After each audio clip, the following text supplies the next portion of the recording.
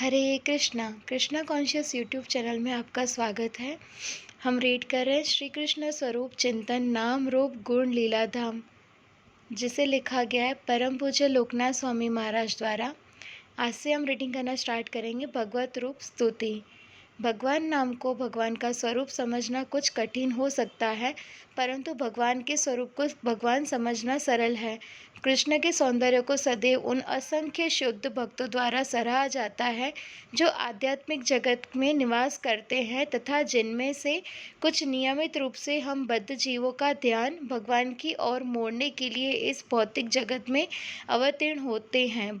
विभिन्न भक्तों ने कृष्ण के रूप का इतना सुंदर, अप्रतिम व सुमधुर वर्णन किया है मानो कोई चित्रकार अपने हृदय रूपी कागज पर कृष्ण के सौंदर्य का चित्रांकन कर रहा हो। पहला, गोपियों द्वारा संतुष्ट भगवत रूप। श्रीमद् भागवतम में गोपियाँ स्वयं भगवान के सौंदर्य का वर्णन कर रही है। जब कृष्ण गोचारण के पश्चात वन से लौटते हैं तब वे दूर वन में अपनी मुरली पर विविध मनोहर तान लगाते हैं। जैसे ही वह मनमोहक ध्वनि गोपियों के कर्णों में प्रवेश करती है, तत्काल उन्हें कृष्ण का स्मरण होता है। ऐसे समय पर गोपियों का मन पूर्णतया कृष्ण के समाधिस्थ हो जाता है। वे कृष्ण को स्मरण करती हुई उनके रूप माधुर्य का इस प्रकार अत्यंत सुंदर वर्णन करती है। ब्रह्मापीडं नटवरवपु कर्णयो कर्णिकारं विप्रदास कनकपिशं वैजयन्ती च मालं रन्ध्रारवेणोरधरसुधया पूरयन् गोपवृन्दे वृन्दारण्यं स्वपदरमणं प्राविशद्रीतकीर्तिः। अर्थात अपने मस्तक पर मोर पंखा आभूषण, अपने कर्णों में नीला कर्णिकार फूल, स्वर्ण जैसा चमचमाता पीत वस्त्र तथा वैजयंती माला धारण किए भगवान कृष्ण ने सर्वश्रेष्ठ नर्तक का दिव्य रूप प्रदर्शित करते हुए वृंदावन के वन में प्रवेश करके अपने पद चिन्हों से इसे रमणीक बना दिया है। अपने रदारमृत से वेणु के छिद्रों को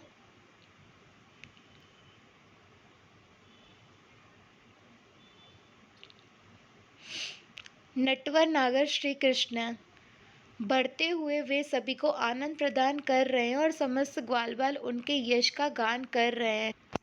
भागवतम 10.21.5। श्री कृष्ण के मोर पंखों पर कहा गया है। श्री कृष्ण मोर मुकुट धारण किए हुए हैं। यद्यपि कृष्ण के पास स्वर्ण एवं रत्नों के अनेक आभूषण हैं, परंतु श्री कृष्ण मोर पंख, प्राकृतिक रंग तथा कोमल पंखुड़ियों और पत्तियों आदि के आभूषणों को पहनना अधिक प्रिय है।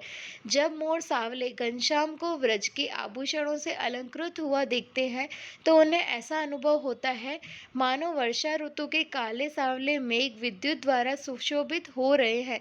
इसलिए वे अपने रंगीन पंखों को प्रदर्शित करते हुए जोरदार नृत्य करने लगते हैं। नृत्य से उनके अनेक पंख नीचे गिर जाते हैं। तब कृष्ण प्रसन्नतापूर्वक इन भेंटों को स्वीकार करके उन्हें अपने मस्तक की पगड़ी पर धारण करते हैं।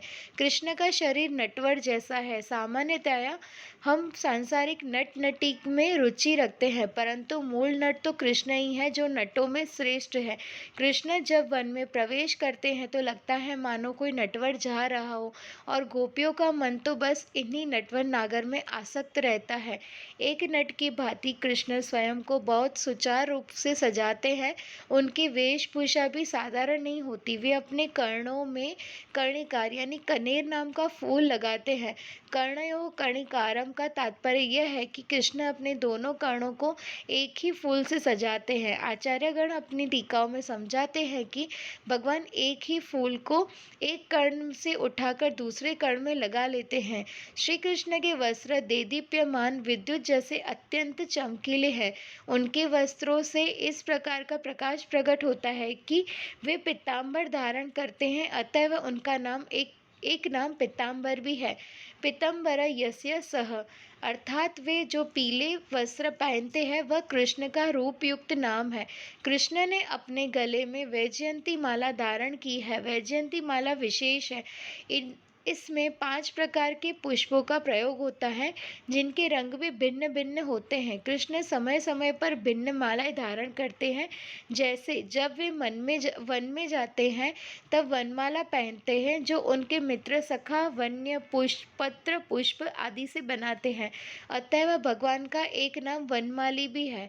ऐसे वनमाला कभी-कभी पद्मों की हो सकती है। ऐसी पद्ममाला धारण करने पर वे पद्ममाली कहलाते हैं। कभी-कभी वे कदम की माला पहनते हैं। कदम पुष्प और राधा रानी का रंग एक समान है, अतएव यह माला उनको अत्यंत प्रिय है। यह माला उनको राधा का स्मरण कराती है। ऐसी मालाओं को भगवान विभिन्न प्रकार से पहनते हैं, कभी लंबी घुटनों तक, कभी जनेऊ की तरह तथा कभी सिर के जूड़े पर गोलाकार रूप में।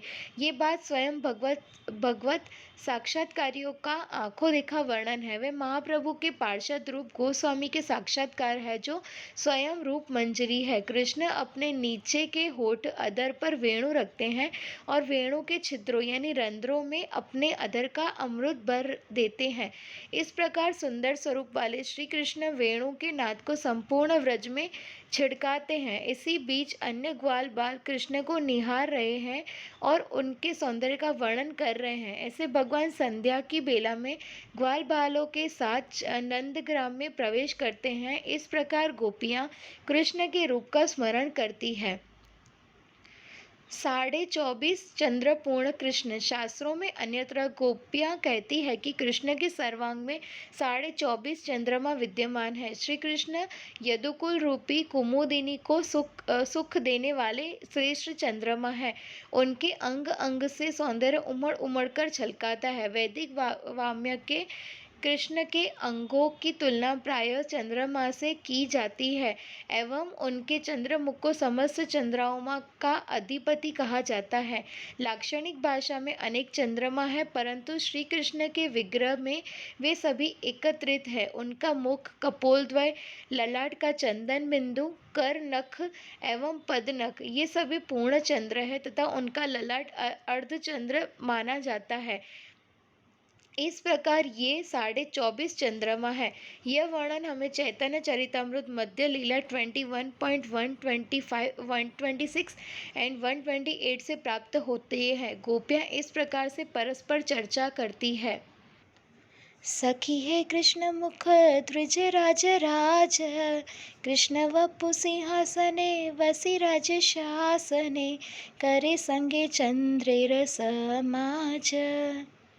अर्थात हे प्रिय सखी, कृष्ण का मुख समस्त चंद्रमाओं का राजा है और कृष्ण का शरीर सिंहासन है। इस प्रकार राजा चंद्रमाओं के समाज पर शासन करता है। राजा को एक सिंहासन की आवश्यकता होती है, अतः ऐसे मुख चंद्र सदृश राजा का सिंहासन कृष्ण का वपु है। समस्त गोपियाँ श्री कृष्ण के सुंदर मुख की शोभा पर बलिहारी जाती है। श्री कृष्ण का मुख एवं उसमें भी उनकी अतिशय मधुर मुस्कान गोपियों के मन को आकर्षित करने में पूर्ण समर्थ है।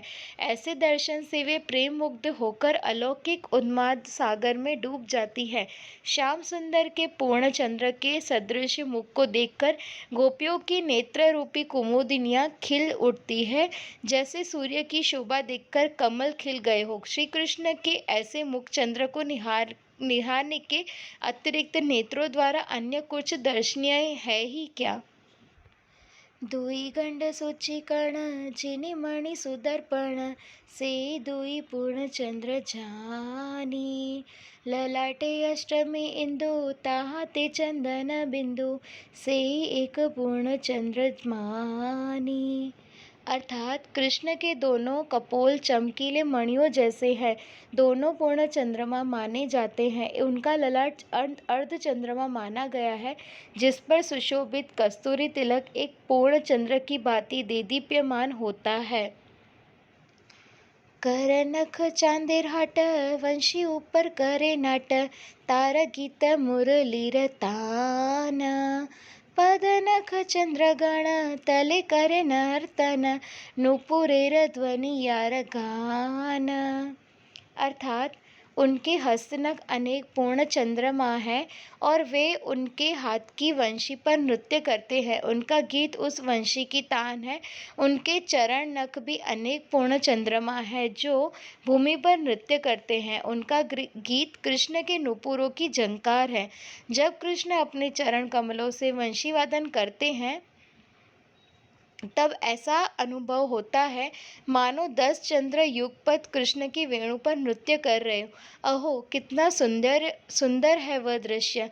इसके अतिरिक्त कृष्ण के चरण न कृष्ण के नुपुरों की झंकार से ताल मिलाते हुए भूमि पर नृत्य सा करते प्रतीत होते हैं। जिस प्रकार चंद्रमा से ज्योति निकलती है उसी प्रकार इन चरण नख रूपी चंद्रमाओं से अलौकिक तेज उत्पन्न होता है जिस पर अनेक योगी ध्यान करते हैं। ध्यानावस्थि ततद्रतेन मनसा पश्यन्ति यम योगिनः। इस प्रकार शास्त्रों में श्री कृष्ण को 24.5 चंद्रमाओं से पूर्ण माना जाता है। अतएव श्री कृष्ण का एक नाम कृष्ण चंद्र भी है। यहाँ पर गोपियाँ ऐसे कृष्ण चंद्र का चिंतन तथा स्मरण कर रही है। श्री कृष्ण भगवत गीता में कहते हैं कि मच्चिता मद्गत प्राणा बोधयन्तः परस्परं कथयन्तश्च मां नित्यं तुष्टयन्ति च रमन्ति च। अर्थात मेरे शुद्ध भक्तों के विचार मुझ में वास करते हैं, उनके जीवन मेरी सेवा में अर्पित रहते हैं और वे एक दूसरे को ज्ञान प्रदान करते तथा मेरे विषय में कथा करते हुए परम संतोष तथा आनंद का अनुभव करते हैं। गोपियाँ कृष्ण की शुद्ध भक्त हैं और वे सदैव इसी प्रकार परस्पर कृष्ण कथा करती रहती हैं। वे बिना कारण ही कृष्ण की महान भक्त नहीं हैं, वे निरंतर कृष्ण के रूप माधुर्य में तल्लीन रहती है। कृष्ण का सौंदर्य निरंतर ही बढ़ता रहता है। कृष्ण का अर्थ ही सर्वाकर्षक है। देवता, ऋषि, मुनि, गंधर्व, मनुष्य इत्यादि की तो बात ही क्या है। यहाँ तक कि असुर, राक्षस और दानव भी उनके सुमधुर रूप से आकृष्ट हो जाते हैं और समस्त भक्तों में गोपियाँ तो प्रभु की सर्वश्रेष्ठ भक्त है। अतः उनके लिए ऐसा कैसे संभव है कि वे कृष्ण के स्वरूप से आकृष्ट न हो। वे दिन भर कृष्ण के अंगों का चिंतन करती रहती है। ऐसा नहीं है कि किसी अभ्यास द्वारा उन्हें स्वरूप का ध्यान करना पड़ रहा हो, वरन वे तो अनायास ही उनका चिंतन करती है। एक गोपी विलाप सा करती हुई कहती है कि जब वे कृष्ण के एक अंग का स्मरण करती है तो वे उस अंग के ध्यान में इतनी तल्लीन हो जाती है कि उसे अन्य अंगों का स्मरण करने का अवसर प्राप्त ही नहीं होता। व्रज गोपियों का भाव मानो दर्पण है जिसके समक्ष श्री कृष्ण का माधुर्य क्षण प्रति क्षण नित्य नवान्मय रूप में प्रकाशित होता है। अहो धन्य है वे गोपियाँ जो सदैव कृष्ण के स्मरण में मग्न रहती है। श्रीमद् भागवतम 10.44.14 में गोपियों के अहोभाग्य का वर्णन हुआ है। श्री कृष्ण के विरह में निमग्न चित्त गोपियाँ।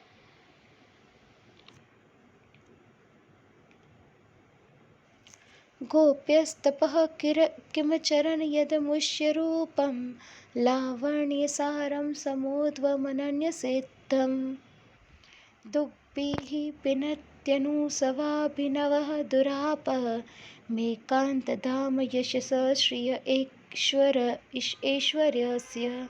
अर्थात व्रज रमणियों ने भला कौन सी तपस्या की थी जिनके प्रभाव से उन्होंने श्री कृष्ण के रूपामृत का पान किया। श्री कृष्ण का वह रूप असौमोदर्य लावण्य का सार स्वरूप तथा समस्त ऐश्वर्यों का एकांत आश्रय है। गोपियों में सर्वश्रेष्ठ श्रीमती राधा रानी भी जब इस भूमि पर प्रकट हुई तब उन्होंने अपने नेत्र तब तक नहीं खोले जब तक श्री कृष्ण का रुचिर स्वरूप उनके समक्ष नहीं आ गया। संक्षेप में यह लीला इस प्रकार है। राधा रानी यमुना नदी में कमल के पुष्प पर प्रकट हुई। उस समय राजा वृषभानु वहां उपस्थित थे। यमुना में अनेक कमल खिले हुए थे, परंतु उनमें से एक कमल कमल राजा वृषभानु का ध्यान अधिक आकर्षित कर रहा था। उस विशाल एवं मनोहारी पुष्प से सुनहरा तेज निस्सृत हो रहा था। वृषभानु ने दूर से सुनहरा तेज देखा और कौतूहलवश उनके उसके निकट आए। वहां पहुंचकर उन्होंने उस कमल पर एक सुंदर छोटी बालिका को देखा। आकाशवाणी ने उन्होंने अवगत कराया कि यह पुत्री उनकी तथा महारानी कीर्तिदा यानी उनकी पत्नी की तपस्या का फल है। यह श्रवण करके वृषभानु अत्यंत हर्षित हुए एवं बालिका को लेकर तीव्र गति से अपने महल की ओर प्रस्थान किए। महारानी कीर्तिदा भी सुंदर बालिका को प्राप्त करके अत्यंत प्रसन्न हुई। जब कीर्तिदा एवं वृषभानु बालिका को निहार रहे थे तब उन्होंने देखा कि बालिका तो अत्यंत सुंदर है, परंतु उसके रूप में एक अभाव है कि वह देखती नहीं है। वे दोनों इसे कुछ समय से देख रहे थे, परंतु उसके नेत्र बंद ही थे। स्वाभाविक है कि यह जानकर वे दुखी हुए। फिर भी उन्होंने सोचा कि बालिका प्राप्त हुई है तो जन्मोत्सव मनाना चाहिए। अतः राधा रानी के प्रागट्य का समाचार संपूर्ण व्रजमंडल में फैल गया। समस्त नगरों और गांवों में लोग रावल पहुंच रहे थे। कृष्ण एवं बलराम को लेकर नंद बाबा, यशोदा, रोहिणी इत्यादि गोकुलवासी भी वहां आ पहुंचे। जन्मोत्सव के अवसर पर राधिका को सुसज्जित पालने में लिपटाया गया। उत्सव के समय सर्वत्र अत्यंत दिव्य वातावरण व्याप्त था। महोत्सव में उपस्थित होने वाले समस्त ब्रजवासी पालने के पास जाते और राधिका को कुछ भेंट, बधाइयां एवं आशीर्वचन अर्पित करते। दूसरी ओर नन्हे कृष्ण यह सब देख रहे थे और मन ही मन सोच रहे थे, भला सभी वहां पालने के पास क्यों जा रहे हैं। अतः कृष्ण ने सोचा, चलो हम भी चलते हैं। उस समय कृष्ण इतने छोटे थे कि ठीक से चल भी नहीं पा रहे थे। जैसे तैसे वे अत्यंत कठिनाई से अपने गंतव्य तक पहुंचे। अब पालने के निकट पहुंच तो गए, परंतु पालना तो कृष्ण के कद से अधिक ऊंचा था। ऐसे पर कृष्ण अत्यंत कठिनाई से पालना पकड़कर खड़े हुए और पालना के अंदर झांक कर देखा।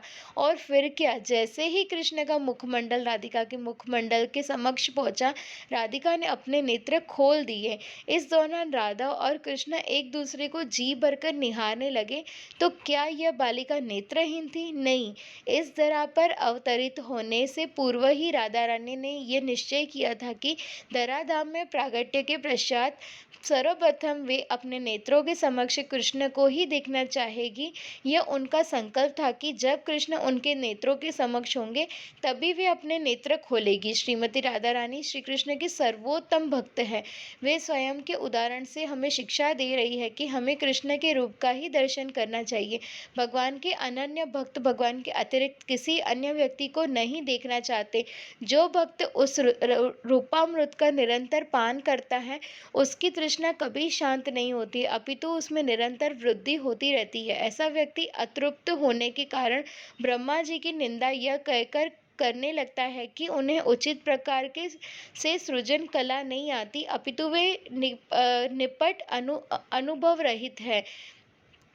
उन्होंने कृष्ण का सौंदर्य देखने के लिए करोड़ों नेत्र क्यों नहीं दिए? उन्होंने केवल 2 ही नेत्र क्यों ही दिए? और वे भी पलक झपकती रहती है। तो भला कोई कृष्ण के सुंदर मुखारविंद को कैसे देख सकता है? गोपियों को कृष्ण के दर्शन के बिना एक क्षण भी युग जैसा प्रतीत होता है। उन्हें तो किसी ना किसी बहाने से कृष्ण के दर्शन करने की इच्छा रहती है। वे अन्य अभिलाषाओं से मुक्त है तथा ज्ञान एवं कर्म आदि से कोसों दूर है। वे केवल कृष्ण की प्रसन्नता के लिए अपने प्राणों को धारण करती है, अन्यथा उनके जीवन का कोई अन्य अभिप्राय नहीं है। और यही उपासना की उच्चतम विधि है। रम्या काचिदुपासना व्रजवधु वर्गेण या कल्पिता। श्री चैतन्य महाप्रभु घोषित करते हैं कि गोपियों द्वारा कल्पित उपासना की विधि सर्वश्रेष्ठ है। अतएव महाप्रभु के अनुयायियों को भी केवल इन भावों का अनुसंधान करना चाहिए। दूसरा, ब्रह्मा जी द्वारा कृष्ण स्वरूप का महिमा गान। वैदिक साहित्य की अनेक प्रार्थनाओं, श्लोकों एवं अंशों में भगवान कृष्ण के सौंदर्य का वर्णन किया गया है। इसका एक उदाहरण तब प्राप्त होता है जब ब्रह्मा जी अपने ब्रह्म संहिता नामक ग्रंथ के अनेक श्लोकों द्वारा परम भगवान श्री कृष्ण के रूप का गुणगान करते हैं। श्रीमद् भागवतम में अंकित उनकी प्रार्थनाएं भी भगवान कृष्ण की सुंदरता का अनूठा व्याख्यान करती है। ब्रह्मा जी भगवान कृष्ण के अनन्य भक्त हैं एवं स्वयं गुणावतार भी है। ब्रह्म संहिता में श्री कृष्ण के अद्वितीय रूप का वर्णन इस प्रकार हुआ है। वेणुं कणन्तरमरविन्ददलायताक्षम् बर्हावतं समसिताम्बुद्धसुन्दरङ्गम् कन्दर्पकोटिकमनीयविशेषशोभं गोविन्दमादिपुरुषं तमहं भजामि। अर्थात ब्रह्मा जी ने कहा, मैं उन आदि भगवान गोविंद की पूजा करता हूँ जो अपने दिव्य वंशी बजाते हैं। उनके नेत्र खिले हुए कमल के समान है। जिस प्रकार कमल की पंखुड़ियाँ सुंदर और आकर्षण होती है, उसी प्रकार श्री कृष्ण के नेत्र भी सबको आकर्षित करने वाले हैं। वे मोर पंखों से सुशोभित है और उनके शरीर का रंग नवीन शाम मेघ के समान है। आकाश में उमड़े काले मेघों का दृश्य जैसे राहत प्रदान करता है, वैसे ही श्री कृष्ण का दर्शन भी अत्यंत मोहक है। उनका शारीरिक स्वरूप करोड़ों कामदेवों से भी अधिक सुंदर है। मुरली भगवान के रूप का अंग बन चुकी है। कृष्ण कहते हैं कि मुरली का भी स्मरण होता है। वंशी विभूषित करात भगवान के हस्त कमलों की शोभा मुरली धारण करने से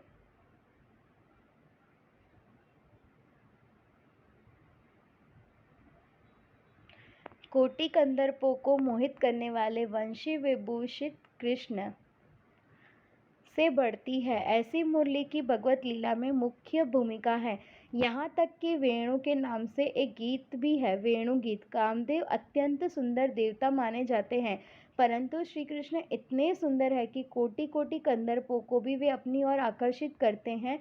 ये भगवान के विशिष्ट गुण हैं। जब ब्रह्मा जी ने वृंदावन में कृष्ण को देखा तो प्रारंभ में उन्होंने सोचा कि इस साधारण बालक के पीछे संपूर्ण व्रज क्यों पागल है, परंतु भगवान ने कुछ ऐसी लीला रची कि ब्रह्मा जी समझ गए कि यह सुंदर मुख वाला बालक साधारण नहीं है, अपितु परम पुरुषोत्तम भगवान है। श्री कृष्ण को साधारण बालक समझकर उनसे भूल हुई थी, इसलिए उन्होंने अपने प्रार्थना में उन्होंने स्वीकार किया कि चाहे सब कोई कहे कि वे श्री कृष्ण को जानते हैं, पर जहाँ तक उनका संबंध है वे तो निसंदेह कृष्ण को पूर्णतया ज्ञात करने में असक्षम है। उन्होंने स्वयं कहा कि हे प्रभु, आपके द्वारा प्रकट ऐश्वर्य मेरे वाणी के लिए सर्वथा अगोचर है। ब्रह्मा जी एक साक्षात्कारी भक्त है। स्वयं भगवान ने उनके हृदय में यह विज्ञान स्फुरित किया था, तेने ब्रह्मद हृदयात आदि कवये।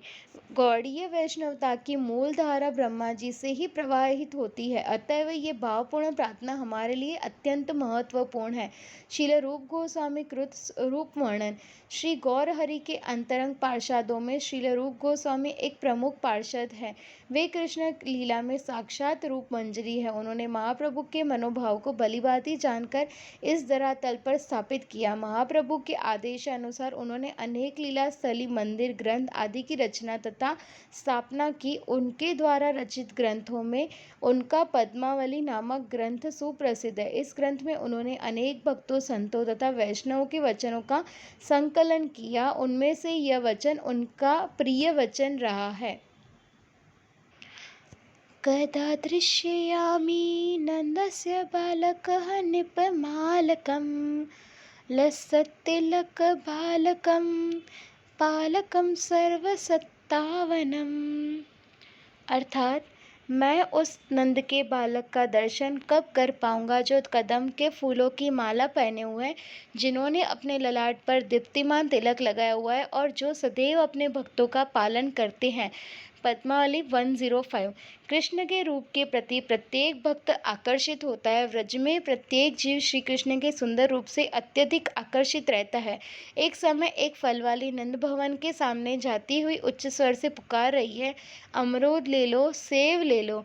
उस आवाज़ को सुनकर नन्ही कृष्ण हाथ में कुछ अनाज के दाने लेकर तुरंत बाहर आने लगे। आते आते उनके नन्हे से हाथों में से कुछ दाने रास्ते में गिर गए और तब तक जब तक वे बाहर पहुंचे उनके हाथों में कुछ ही दाने बचे थे।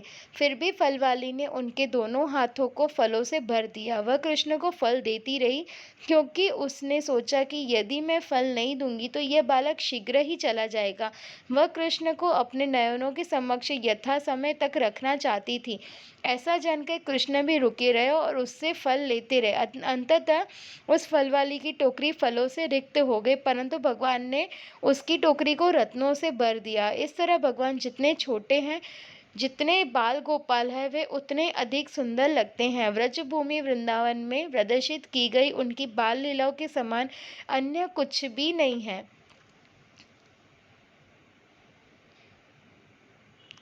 सुंदर नंद बाल, नंद नंदन बाल कृष्ण। अतः सभी रूपों में भगवान का बाल स्वरूप अत्यंत चित्त आकर्षक है। इस बाल स्वरूप के दर्शन हेतु लाल समय भाव को उपरोक्त श्लोक में प्रदर्शित किया गया है।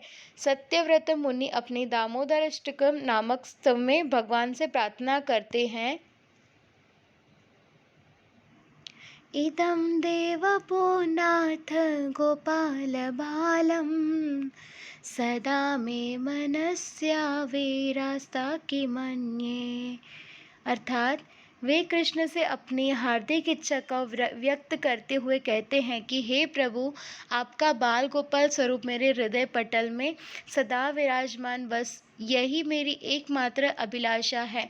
प्रत्येक भक्त भगवान को भिन्न भिन्न रूप में देखना चाहता है। यथा भीष्म पितामह कृष्ण के पार्थसारथी रूप का दर्शन चाहते थे, इसी प्रकार किसी को भगवान का विराट रूप प्रिय है, अथवा किसी को लक्ष्मी नारायण का रूप, या फिर किसी को श्याम सुंदर रूप अति प्रिय है। ऐसा संभव है कि कदाचित सूर्य की उष्णता कम हो जाए या समुद्र का अपार जल सूख जाए अथवा नदी विपरीत दिशा में बहने लगे, परंतु कृष्ण के रूपों का सौंदर्य यथारूप बना रहता है।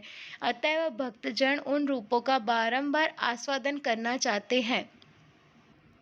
हरे कृष्णा। जैसा कि आज हमने लेक्चर में देखा, सेशन में देखा, गुरु महाराज ने राधाष्टमी से पहले ही राधा रानी का रूप प्रकट कर दिया। राधा रानी का जन्म कैसे हुआ ये सब उन्होंने बता दिया। तो इससे हम लोग राधाष्टमी के लिए प्रिपेयर हो सकते हैं। नेक्स्ट सेशन में हम देखेंगे कुंती देवी द्वारा भगवत रूप स्तुति। तब तक वांछा कल्पतरुभ्यश्च कृपा सिंधुभ्य एव च पतितानां पावनेभ्यो वैष्णवेभ्यो नमो नमः। श्री हरिनाम प्रभु की जय।